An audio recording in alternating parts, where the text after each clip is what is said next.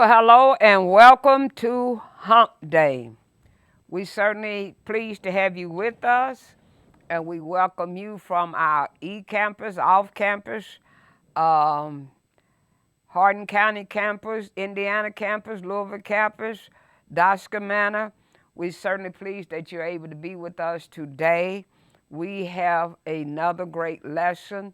The series, as you know, is for the Women's Month of March, God's Glory, My Story. And today's lesson really drives home a point that probably many have certainly know what I'm talking about or have been involved and never have said anything. But we're going to talk about this lesson is entitled Damaged Goods. Damaged Goods. And after studying this lesson, students will realize that the label society may put on us does not mean that is what we are. We can rise above what others may think. I don't care what they think, we can rise above it. We don't have to see ourselves as damaged goods. Now, as a way of introduction, you know that in certain stores, those of you that love to shop, there is a special section of items that are considered damaged goods. Why? Because these items have either been dented, scratched, or something is wrong with it. And they do not have the value that they're supposed to have. Well, because these items are considered damaged, they are either marked down to a very reasonable price, and some stores will just throw them away and consider them as trash. You know, right here we have some dent and scratch stores right here in the city of Louisville. You see, because to those stores, these items hold no profitable ability to them. They are considered damaged goods. And in our lesson today, we have one of the most heartbreaking texts in Scripture. The story is about Amnon raping Tamar. Now, unless someone is thinking that this is not a current day problem, consider the following statistics. Every 68 seconds, a woman is sexually assaulted. 1 out of every 6 American women have been the victim of an attempt or completed rape in her lifetime. Now, so it is still a significant problem. Look at this chart.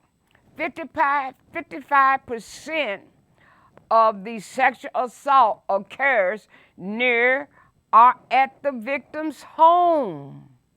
55%. Your home is not even safe. 15% is in an open public place. 12% is at or near a relative's home.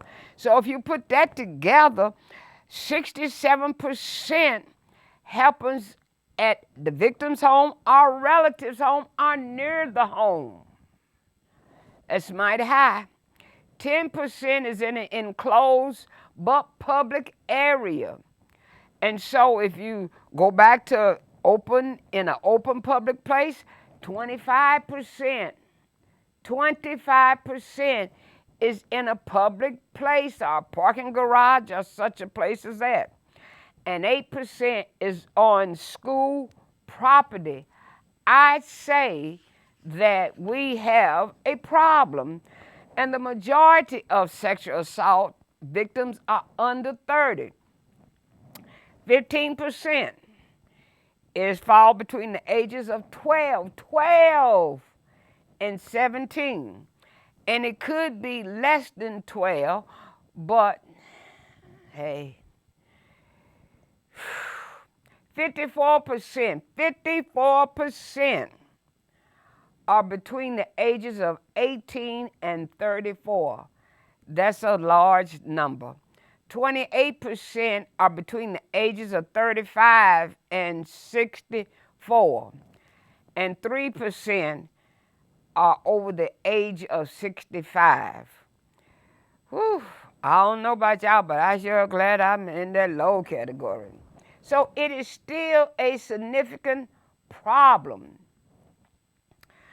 Often, as we shall see in Tamar's story, women who suffer abuse may become disappointed in the people or the person that did it, become discouraged. Uh, they wonder, what did I do wrong? Or have I done something wrong? Or nobody's going to believe me. Disillusioned, think that they are just, that there's no hope. Emotionally emasculated. And it goes on. And as we shall see in Tamar's case, she ends up spiritually messed up.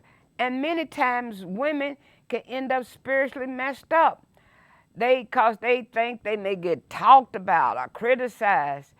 They may even become socially unacceptable for something that they did not do. Rejected by family and friends. People have a tendency, oh, well, she's just asking for it. What do you mean asking for it? Well, I shouldn't have had that on. Well, because of my, well, okay, I don't want to get too emotional about this thing, but I just don't understand how people can rationalize, say, well, she shouldn't have had that on. Well, she was asking for it. What do you mean asking for it? Even society may seem against them. Some may be locked in a mental prison of low self-esteem, in a mental prisoner of low self-esteem, looking for a way out, only to find a temporary fix. They often get caught up in drugs, alcohol, illicit sex activity, only to find that their problem is still there. It's like a person who drinks too much alcohol. They get high, they get drunk, and guess what? When they sober up, the problem is still there. And then many times, these ladies or women are considered damaged goods. Society has cast them off as being some kind of social disaster. They may even try to characterize you in the category of a misfit, or misled, or miseducated. And understand that from this, what is considered damaged goods, good can still come out of it. Now, even though you may go and buy something at a scratch and dent store, guess what? When you get it home, you think, wonder why this is good. This item is good. And that's what I want you to see. Anybody who's under the sound of my voice who has ever been subjected to sexual abuse,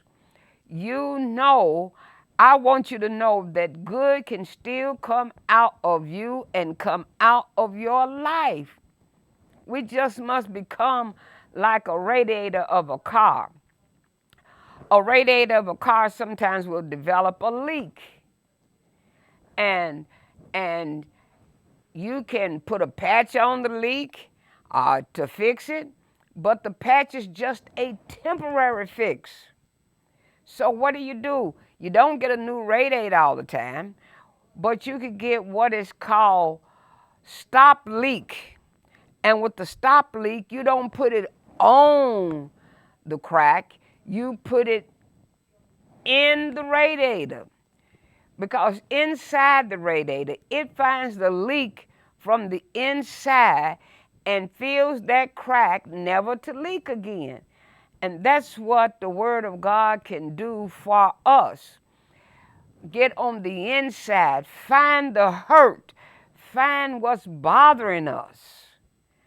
And that way, it can be repaired. And as I said, that many, many women have had this problem. Certainly, I would say when I was on my first job, I was about 18, 19. I was working at a place where there were no people of color. Well, let me take that back. There was, but they worked in the kitchen. I was in the office. And so I was quite happy when they hired someone, black man. I was pleased. But it was short-lived because literally one day I had to run around my desk to get away from this man. I hated. He didn't work there every day. But I hated when I could hear his voice coming up the steps, because I knew that everything in me had to be on guard against this man. And many women have had that problem. And so I was young enough to know that I didn't want his attention. And there were no laws then. Let me say that. There was no laws then. So, but I know who I am.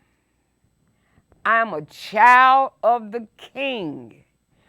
And it's too bad that Tamar could not realize, and especially she was not told again, you are a child of the King.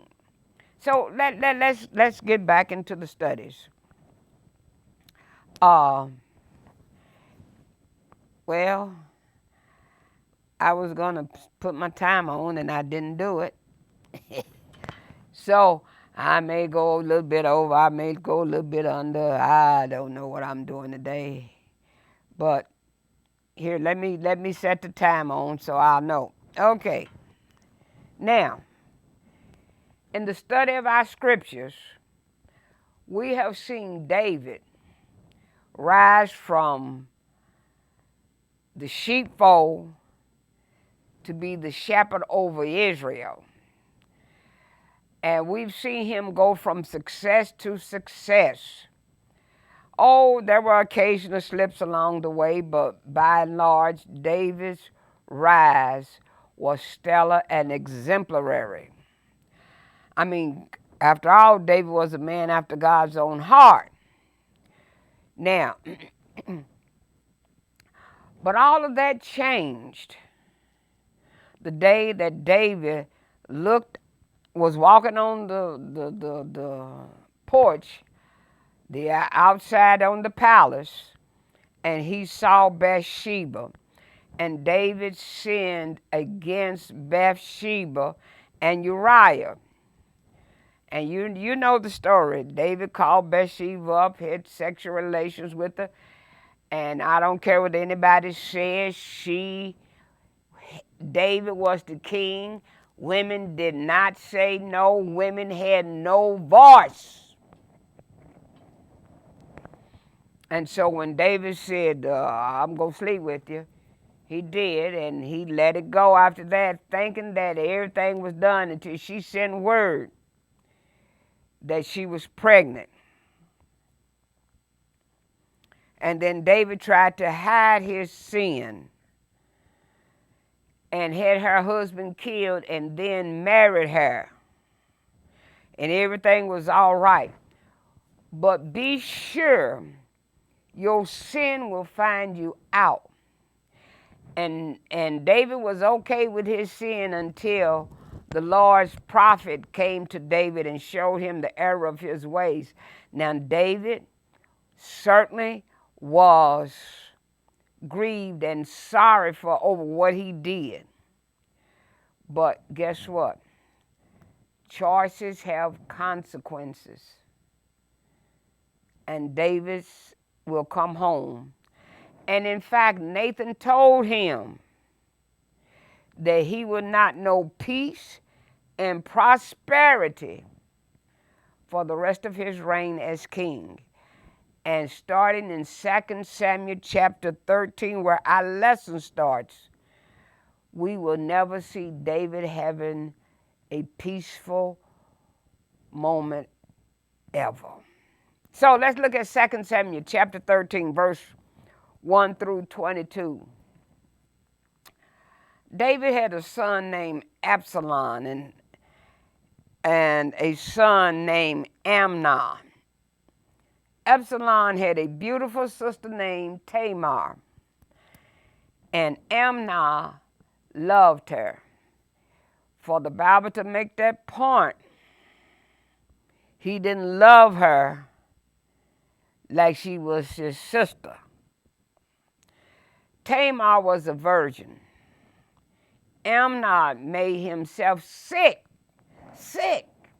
just thinking about her, because he could not find any chance to be alone with her. Now, the New Century Version is putting it very nice. He couldn't find any chance to be alone with her.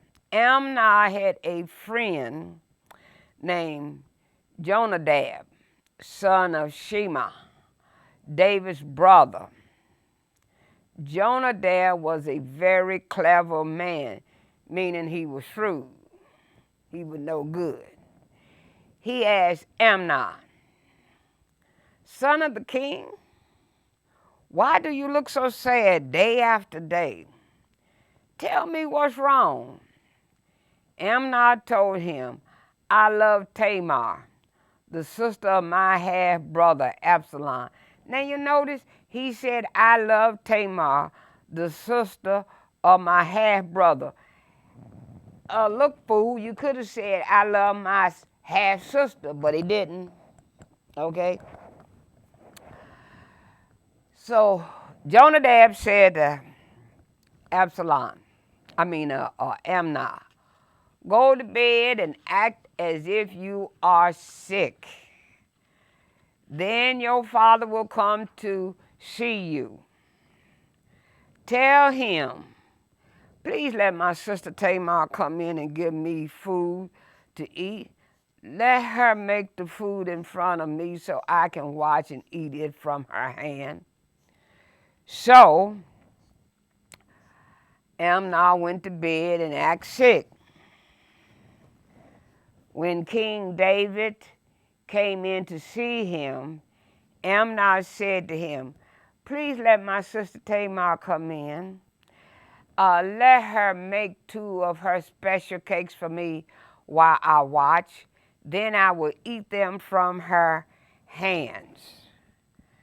So David sent for Tamar in the palace, saying, go to your brother Amnon's house and make some food for him. So Tamar went to her brother Amnon's house, and he was in bed. Tamar took some dough and pressed it together with her hands. She made some special cakes while Amnon watched. Then she baked them. Next, she took the pan and served him, but he refused to eat. He said to his servants, all of you, leave me alone, leave me alone. So they all left him alone. Amnon said to Tamar, bring the food into the bedroom so I may eat from your hand. Tamar took the cakes she had made and brought them to her brother Amnon in the bedroom. She went to him so he could eat from her hands. But Amnon grabbed her. He said, sister, come and have sexual relations with me. And Tamar said to him, no, brother, don't force me. This should never be done in Israel. Don't do this shameful thing. I could never get rid of my shame, and you will be like the shameful fool in Israel. Please talk with the king, and he will let you marry me. But Amnon refused to listen to her. He was stronger than she was, so he forced her to have sexual relations with him. In other words, he raped her. After that, Amnon hated Tamar. He hated her more than he had loved her before. Amnon said to her, "Get up and leave." Tamar said to him, "No, sending me away would be worse than what you've already done." But he refused to listen to her. He called his young servant back in and said, "Get this woman out of here and away from me. Lock the door after her." Woo, cold, cold. So his servant led her out of the room and bolted the door behind her. Tamar was wearing a special robe with long sleeves because the king's virgin daughters wore this kind of robe. To show how upset she was, Tamar put ashes on her head and tore her special robe and put her hand on her head. Then she went away crying loudly. Absalom, Tamar's brother, that was the full brother. Amnon was a half brother, but it was still a brother, said to her, "Has Amnon, your brother, forced you to have sexual relations with him? For now, sister, be quiet. He is your half brother. Don't let this upset you so much." What? Don't let this upset you so much. He's your half brother, so don't let this upset you so much. She was a virgin, and now she's ruined, and don't let this upset you so much. So Tamar lived in her brother Absalom's house, was sad and lonely, and she lived there for the rest of her life. When King David heard the news, he was very angry. When King David heard the news, he was very angry. Absalom did not say a word, good or bad, to Amnon. Actually, you could say King David did not say a word good or bad to Amnon, because David never said a word. Can you believe that? David never said a word. Absalom did not say a word, good or bad, but he hated Amnon for disgracing his sister Tamar. So now that's our reading.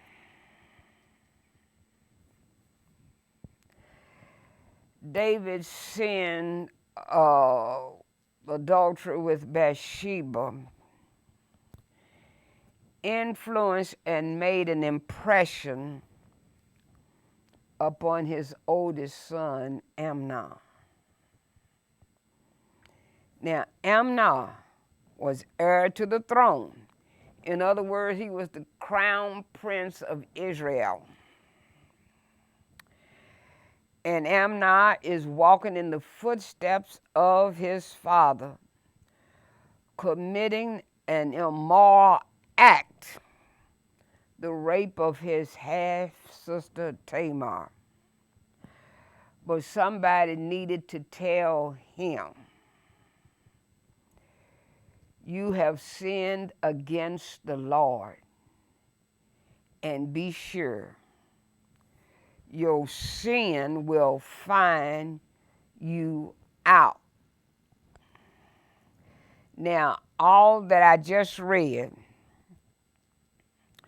shows us the consequences of one sin is often seen in the lives of various other people.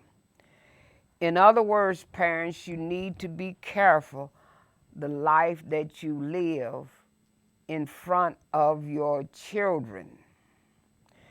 Because of David's terrible sin of adultery and murder, the hand of God's judgment continued to fall on David's house. Just as with all parents and children, David's sin influenced his children. His sinful behavior had an impact on his children, especially his sons. His willingness to commit adultery was certainly stamped and imprinted on their minds. They were influenced, impressed, swayed by his disposition to satisfy the lust of his flesh. And as a result, his sons began to follow in his shameful footsteps, tragic footsteps of immorality and murder. But somebody should have told David this: be not deceived. God is not mocked. A man reaps what he sows. God is not mocked. Now, the consequences of your sins may show up in unbridled lusts. We see Amnon's lust for Tamar. It was despicable, it was reprehensible,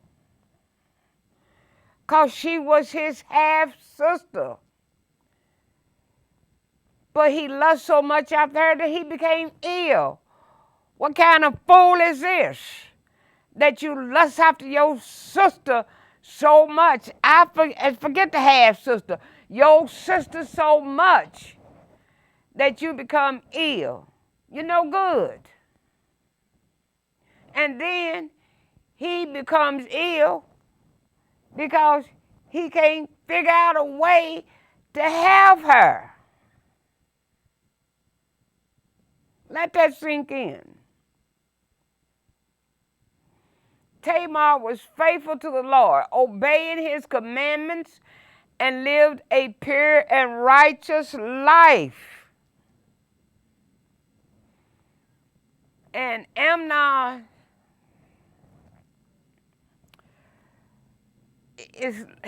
he does not have genuine love for her, because you see no self-giving commitment, no seeking of the higher good for the other, no sensitive devotion, not even a hint of romance.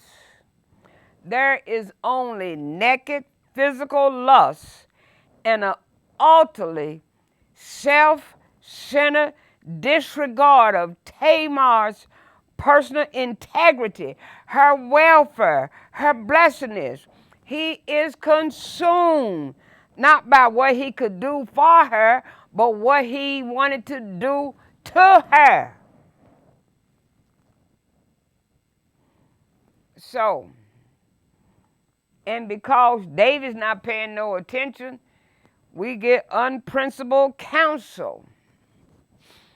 Verse 3 said, but Amnon, well, it's not David, it's his so-called best friend we're going to look at. Verse 3 says, but Amnon had a friend. And let me just stop right there and say that he was not no friend. Well, he was a cousin to Amnon, and also, but he was a cousin to Tamar and Absalom. The text went on to say he was clever, and I told you that he meant shrewd. He was crafty. Do you remember somebody else that was called crafty? It was the snake in the Garden of Eden. So Jonadab noticed that Amnon was not looking well, not acting right, and he said, hey, dude, what's wrong? Amnon said to him, I love Tamar, my brother's Absalom's sister. There again, you see, he does not say his sister is Absalom's sister. Jonadab proposed a solution, and that was pretend that he was ill, and have David come to see him, and then tell David, I want Tamar to fix me some special cake, and and then she could come to the bedroom and feed it to you, and then you can have your way with her. And this is exactly what that fool, yeah, I said fool, because he's been a fool. That's exactly what Amnon did. So, and again, let me say that Amnon is no friend. I mean, Jonadab is no friend to Amnon. He was unprincipled in dispersing counsel to him. A true friend would have given him better advice and would have certainly tried to talk him out of this, not help him. But now we have had unbridled lust, unprincipled counsel, unprotected obedience. Now Tamar, she goes in and follows her father's instructions. David should have protected his daughter, but instead he could have said, what's the matter with you, dude, that you can't get up out of the bed? I'll send somebody to fix you a special cake, but but instead he sent her to an encounter with her half-brother that is going to ruin her life. And how many women's lives have been ruined because of someone, an uncle, a brother, a cousin, or even the daddy, because nobody was paying any attention. David should have done more to protect his daughter, but he did not. And she goes in being a dutiful daughter. Remember, women do as women are told in the Bible. They do. And you know, probably somebody out there thinking, well, she should have said what? In biblical times, women had no voice. They had nothing. And if the king said, go to your brother and fix him a cake, then she's going to do it. The king said it, and her brother is the crown prince. He's going to be the next king. So she goes in and she begins to feed him. He grabbed her, pulled her into bed, and begged her to have sex, and she strongly resisted. But he overcame her resistance and had his way with her. And she appealed to him. 4 different appeals. She reminded him that rape was a crime, and such a thing should not be done in Israel. Next, she appealed to his conscience, emphasizing rape was wicked. Then she begged him to think of their reputation. She would be disgraced, and his reputation would be ruined. Then she appealed to him to control his lust and to ask the king permission to marry her if he was just burning with lust like that. But he refused to listen to anything that she had to say. And being stronger, he raped his half-sister, committing incest with her. And now we come to unrestrained hatred. The rape and incest exposed the appalling shortcomings of the crown prince as a person. Once he had committed the disgraceful evil, his emotions turned quickly from attraction to hatred. Isn't that something? Suddenly he's now going to realize the seriousness and possible repercussion of his wicked action. So he orders her out. That doesn't eliminate the fact of what you've done, but she refused because as far as she was concerned, they now needed to marry because she had been violated. She would not, and could not be legally offered to any other man. She was damaged goods. She had no value.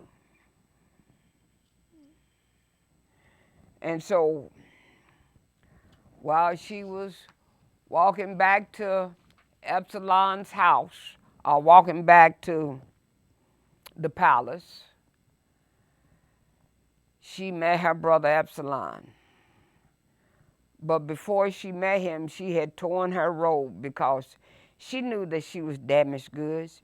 She put ashes on her head, and she was crying aloud as she went. And so her brother Absalom says, hey, what's wrong with you, girl? Has Amnon, your brother, been with you? Now hold your peace. He is your brother. Do not take this to heart.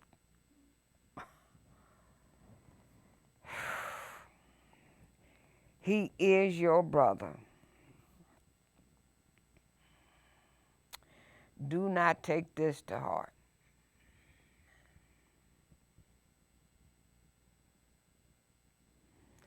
But of course, she did take it to heart. She had been terribly violated and would live the rest of her life as an unmarried woman because, again, in that culture, no one married a violated woman. And so as the text says, so Tamar lived a desolate woman in her brother Absalom's house. Now, understand that since she wasn't married, she was a virgin. She could have been anywhere between 12 and 15 years old.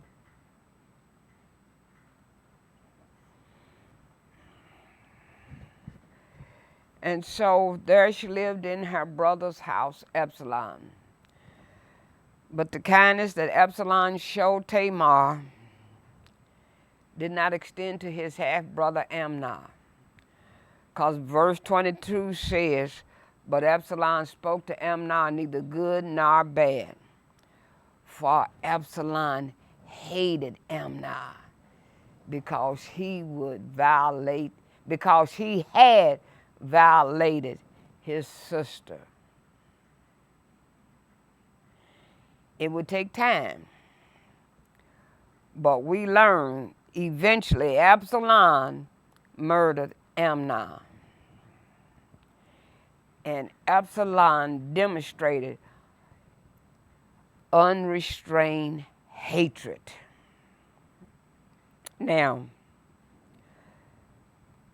unmoved anger.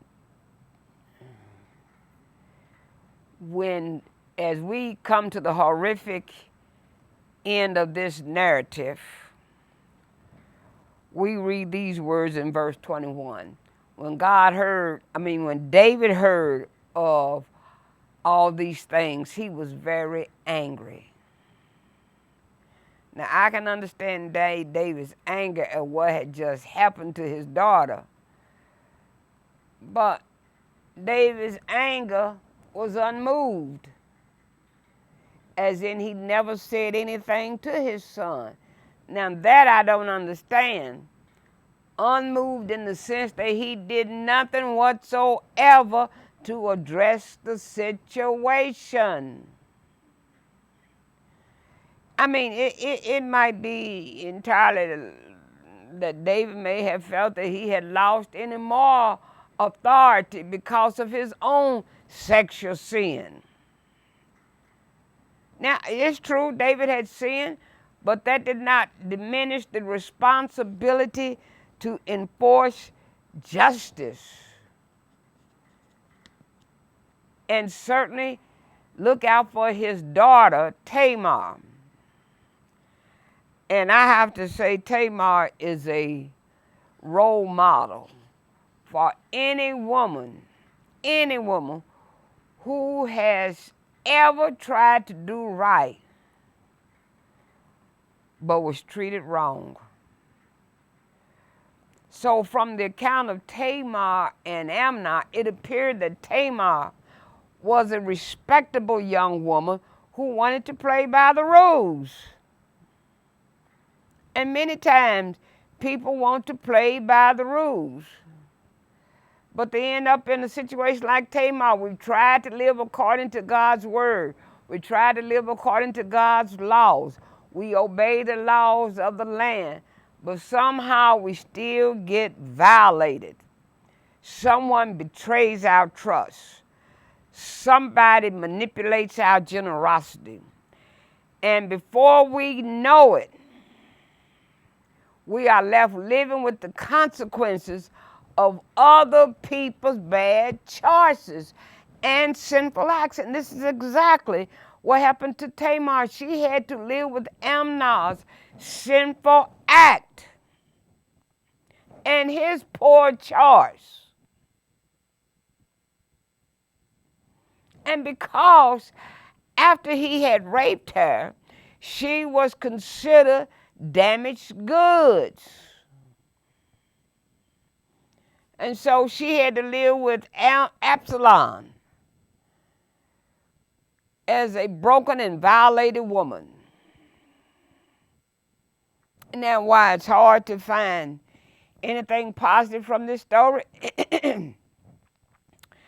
It does force us to rethink how we treat victims.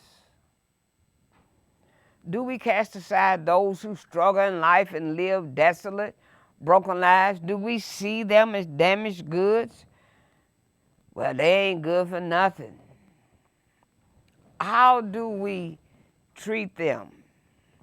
Well,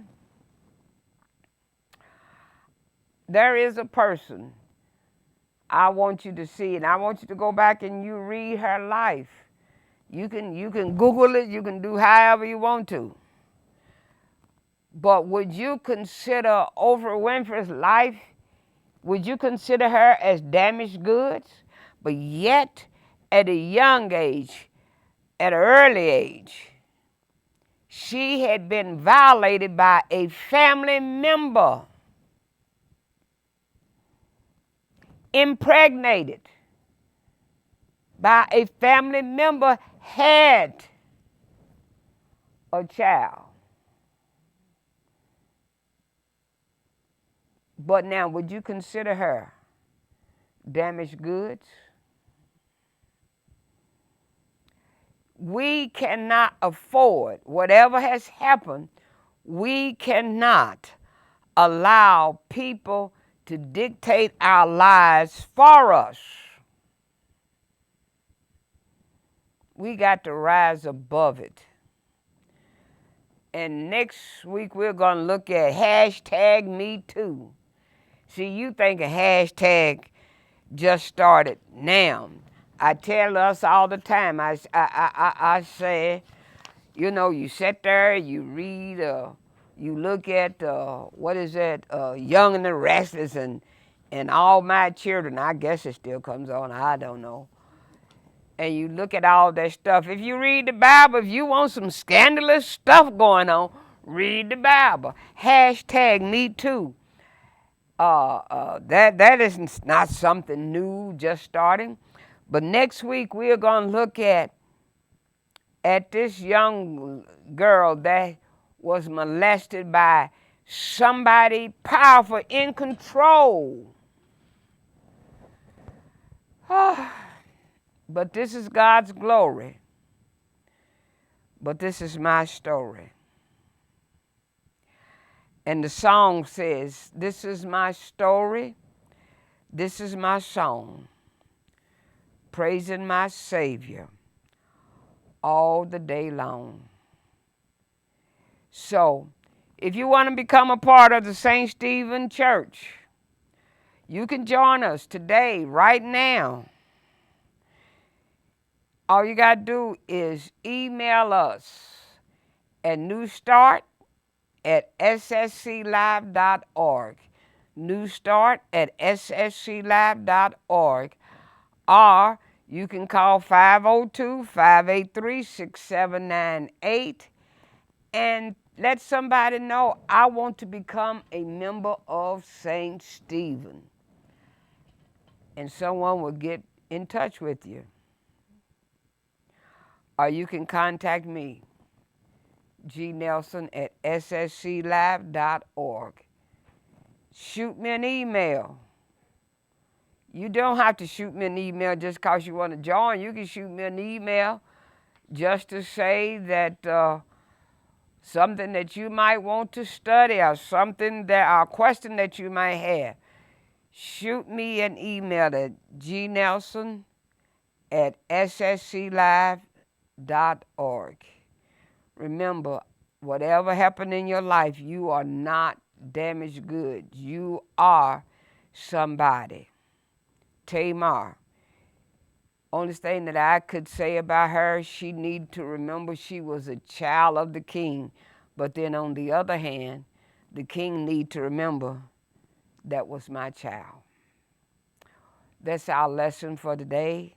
I'll see you next week when we will talk about #MeToo.